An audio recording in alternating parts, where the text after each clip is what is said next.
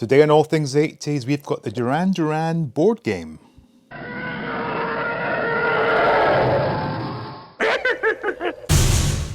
Welcome back to All Things 80s. Now here we have a brand new edition of the Duran Duran Into the Arena board game. Now, first things first, I missed this in 1985. I have no idea how, because I was heavily into Duran Duran and I loved board games, but for whatever reason, I had no idea this thing existed. Now, it's made by Milton Bradley, and I had many games from Milton Bradley, and I'm assuming it was released in the UK. So once we get it opened, I'll maybe find out a bit more about that. Now, this one came from a store which is called Clothes and Crafts, which I've never heard of, and that's Clothes, K-L-O-Z, and Crafts spelled with a K. Never heard of them, but the price was $6.99, which seems about right for 1985 for something of this size. Now it says it's for ages 7 and up for 2 to 4 players. So anyway, we're going to get this thing opened up and see what it's all about, and I'll give you my opinion and see whether or not I did miss out in 1985 or if it's just a waste of time. But anyway, let's get it opened up, see what it's all about. Alright, so first things first, going to get this outer cellophane off, which is already coming off. It's quite brittle and dry, which is understandable given that it is, what, 35 years old. So, as you can see, very nice box, very much the same sort of design scheme as the Arena album. So, what do we have inside? Okay. So I guess this is the board, which bizarrely opens like that. Huh. Yeah, just as a side note, the effect here, I don't know how well it's coming across on camera, but it always reminded me of a barber's floor when I looked at the Arena album sleeve. So anyway, that is really weird that it opens that way, because typically a board game would be the opposite way. Anyway, so I guess these are some sort of play cards that are used. Wow. There's a ton of these things. So what we got, there's all like miniature single sleeves, which is rather nice. I think we've got them all here, basically, haven't we? Planet Earth, up to Wild Boys, and everything in between. That's kind of cool. What else? More of the same. Let's see. I don't want to damage this in case I decide to sell it on, because I don't see myself playing this game too much. Now we've got images of the band. What else? And, okay. And this looks like, over here, this could be stills from the videos, it looks like. Yeah, there's Planet Earth for sure. And that was the robots making out in the pond of ooze on the as the lights go down version of Union of the Snake. Oh, there we go. Tells us what they all are. That's interesting. What did I say? So this one here, that's those robots making out. Oh, yeah, Union of the Snake, I was right. See, the memory still works. So those are all the sort of, I guess, cards that are used. What do we have here? This is like, what? It's, I guess it's a history of the band. Birmingham, England, summer of 1980. Okay, and what else? Obviously we're missing the game pieces and the dice, which are, here we go. So we got instructions, so we got 4 generic game pieces, which are nothing to write home about, and 1 dice.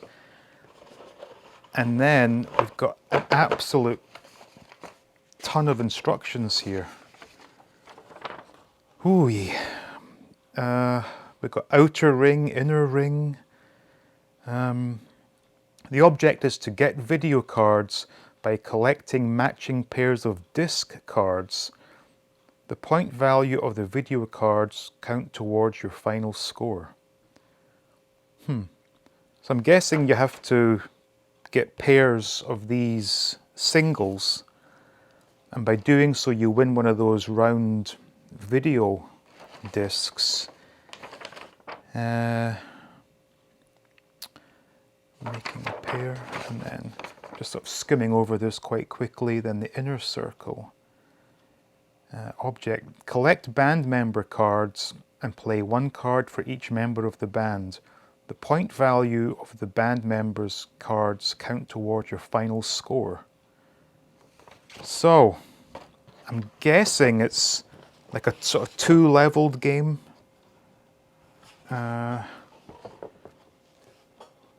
So I guess you're going round this way and picking up the little cards with the singles on them to get a pair. Once you get a pair, you can then collect a video card.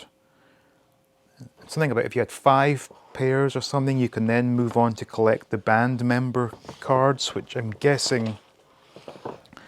So, okay, I think it's a case of getting pairs of single cards to obtain a video card, which are these. Okay, and they have varying numbers of points. And then once you get 5 of these, you can then start collecting these. Yeah, I mean, it doesn't sound particularly exciting, to be honest, and it's a kind of a bit convoluted way of going around a board. And you have various options here. You know, without reading the instructions in detail, I'm guessing the plus means something, that means something different. You can take 1, take 2, shake, wild, switch, steal. You know, all in all, it doesn't sound particularly interesting, if I'm being honest. The concept is very nice, and the presentation is pretty cool. Especially, I'm loving these little singles. Very nice. And as I said, I think it has them all. We're going to try and go through it in order. So we've got Planet Earth. I'm looking for Girls on Film. Certainly got Careless Memories there. Got My Own Way, which is interesting.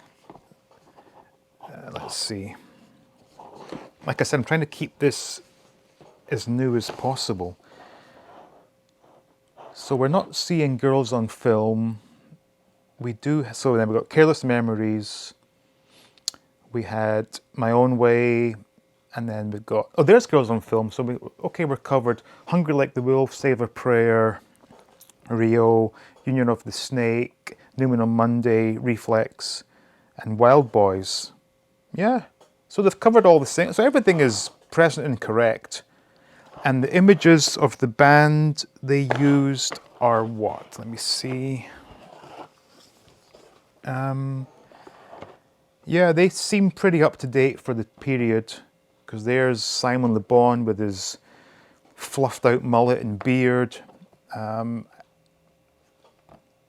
I remember these images from the inner booklet from the Arena album I had. So yeah, everything was up to date for the time it was released. So, you know, all in all, it's a nice presentation.